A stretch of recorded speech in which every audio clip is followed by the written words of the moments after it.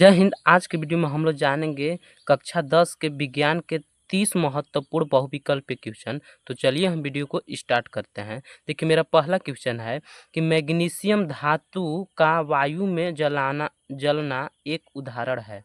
पहला ऑप्शन में है कि भौतिक परिवर्तन का, कि रासायनिक परिवर्तन का, कि ऊष्मागतिकी का।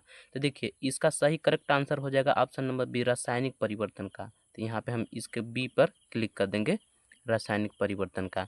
ठीक, अब अगला क्वेश्चन मेरा स्टार्ट होता है। तो दूसरा क्वेश्चन है कि एक रासायनिक इक्वेशन दिया हुआ है। अब पूछ रहा है कि रासायनिक अभिक्रिया में वाई है, मतलब वाई के जगह पे यस रखना है कि H2S की SO4 की Cl2। तो इसका करेक्ट ऑप्शन बी हो जाएगा, ऑप्शन नंबर बी, H2S होगा। अगला क्वेश्चन है मेरा तीसरा क्वेश्चन ये है कि अमोनिया NH3 और हाइड्रोजन क्लोराइड HCl संपर्क में आने पर क्रिया करके बनाता है।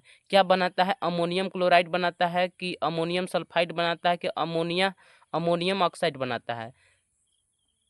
तो इसका करेक्ट आंसर हो जाएगा इसका option number A, ammonium chloride बनाता है। अब चल हमारा चौथा क्वेश्चन है कि रासायनिक इक्वेशन दिया हुआ है। अब कह रहा है ऊपर दी गई अभिक्रिया का किस प्रकार की है। पहला ऑप्शन में है कि संयोजन अभिक्रिया है, कि द्विविस्थापन अभिक्रिया है, कि वियोजन अभिक्रिया है, कि विस्थापन अभिक्रिया है।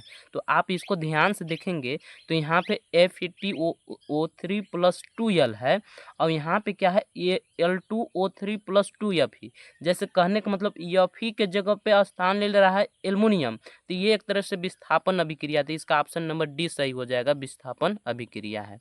अगला क्वेश्चन है मेरा कि ऊष्मा शोषी अभिक्रिया है। ऑप्शन नंबर ए सही हो जाएगा जी। मेरा छठवां क्वेश्चन है कि निम्न में से प्रबल क्षार है। अब इसमें बताना कि प्रबल क्षार मेरा कौन है, CaCOOH का वोल्टवाइज, की NaHCO3 की MgHO का वोल्टवाइज, की KOH। तो इसका ऑप्शन नंबर डी हो जाएगा करेक्ट सही, KOH। अगला क्वेश्चन है सातवां, निम्न में से प्रबल अम्लों का युग्म है। इसका ऑप्शन नंबर सी करेक्ट हो जाएगा, H2SO4 व HNO3। आठवां क्वेश्चन है कि धामन सोडा का रासायनिक सूत्र है। तो धामन सोडा का रासायनिक सूत्र ऑप्शन नंबर ए सही हो जाएगा, Na2CO3 इंटू 10H2 धामन सोडा का रासायनिक सूत्र होता है, जिसको हम लोग वॉशिंग पाउडर भी बोलते हैं। अब देखिए मेरा अगला क्वेश्चन है, नवा क्वेश्चन ये है कि उदासीन विलयन का पीएच मान कितना होता है। तो उदासीन विलयन का पीएच मान होता है, उदासीन विलयन का पीएच मान 7 होता है। करेक्ट, इसका ऑप्शन नंबर सी सही हो जाएगा। अगला क्वेश्चन है मेरा 10वां कि अम्लीय विलयन का पीएच मान होता है। तो अम्लीय विलयन के लिए पीएच मान 7 से कम होता है, ऑप्शन नंबर ए सही। अगला क्वेश्चन है 11वां क्वेश्चन कि क्षारीय विलयन का पीएच मान होता है। तो क्षारीय विलयन देखिए, अम्लीय विलयन के लिए पीएच मान 7 से कम हुआ, तो क्षारीय विलयन के लिए पीएच मान 7 से अधिक हो जाएगा। इसका ऑप्शन नंबर बी सही हो जाएगा। अब चलते हैं नेक्स्ट क्वेश्चन की ओर। हमारा क्वेश्चन है कि प्रबल अम्लों के जलीय विलयन में किसका अधिक्य होता है। तो प्रबल अम्ल के जलीय विलयन में हाइड्रोजन आयनों का अधिक्य होता है, इसलिए इसका ऑप्शन नंबर ए सही हो जाएगा।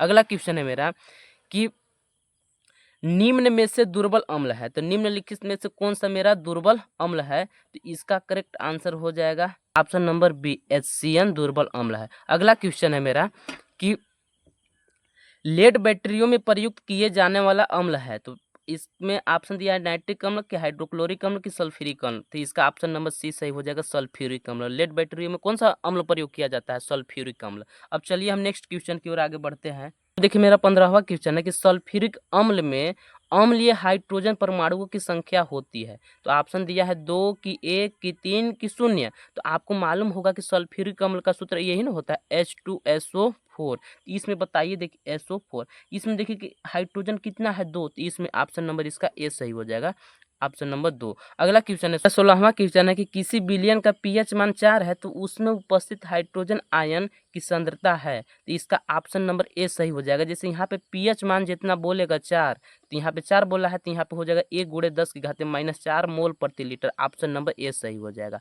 अगला देखिए 17वां क्वेश्चन की ओर आगे बढ़ते हैं। 17वां क्वेश्चन बोल रहा है कि 10⁻⁻6 मोलरता HCl विलयन का पीएच मान कितना है। जो पावर में दिया है बस उसको हम प्लस में कर देंगे, ऑप्शन नंबर बी सही 6।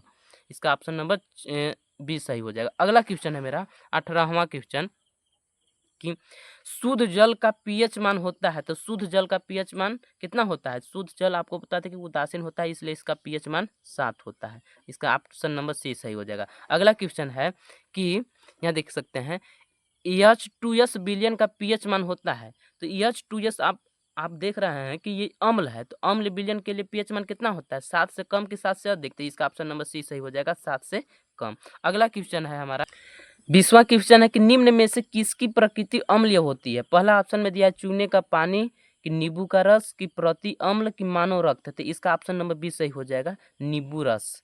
अगला है 21वां कि जल को जीवाणु रहित बनाने के लिए, यहाँ देख सकते हैं 21वां क्वेश्चन है कि जल को जीवाणु रहित बनाने के लिए उपयोगी पदार्थ है। पहला ऑप्शन में है धावन सोडा, फिटकरी, की बिरंजक चूड़। तो इसका ऑप्शन नंबर करेक्ट सी हो जाएगा, बिरंजक चूड़। जल को जीवाणु रहित बनाने के लिए बिरंजक चूड़ का प्रयोग करते हैं। अब देखिए मेरा 22वां क्वेश्चन है कि खाने का सोडा का रासायनिक सूत्र क्या होता है? तो खाने का सोडा का रासायनिक सूत्र NaHCO3, जिसको कहते हैं सोडियम बाइकार्बोनेट, इसलिए इसका ऑप्शन नंबर बी सही हो जाएगा। अब देखिए हम 23वां क्वेश्चन की ओर आगे बढ़ते हैं।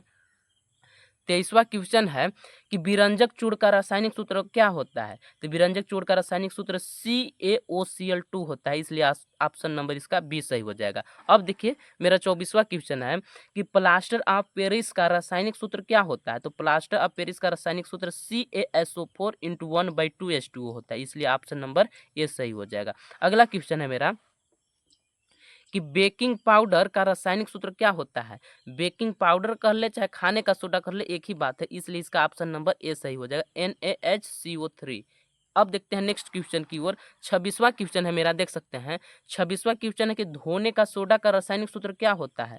तो धोने के सोडे का रासायनिक सूत्र होता है Na2CO3 × 10H2O, इसलिए इसका ऑप्शन नंबर ए सही हो जाएगा। अगला क्वेश्चन है 27वां मेरा क्वेश्चन है कि जिप्सम का रासायनिक सूत्र क्या होता है, या जिप्सम का सूत्र क्या होता है? तो जिप्सम का सूत्र Ca × 2H2, इसलिए इसका ऑप्शन नंबर बी सही हो जाएगा। अगला क्वेश्चन है मेरा, अगला क्वेश्चन ये है कि कोई विलयन लाल लिटमस पेपर को नीला कर देता है, तो उसका पीएच मान क्या होगा? यदि कोई विलयन लाल लिटमस पेपर को नीला कर रहा है तो क्षार होगा, तो क्षार विलयन के लिए पीएच मान कितना होता है? 7 से अधिक, यानी 7 से अधिक 10 है, इसलिए इसका ऑप्शन नंबर डी सही हो जाएगा।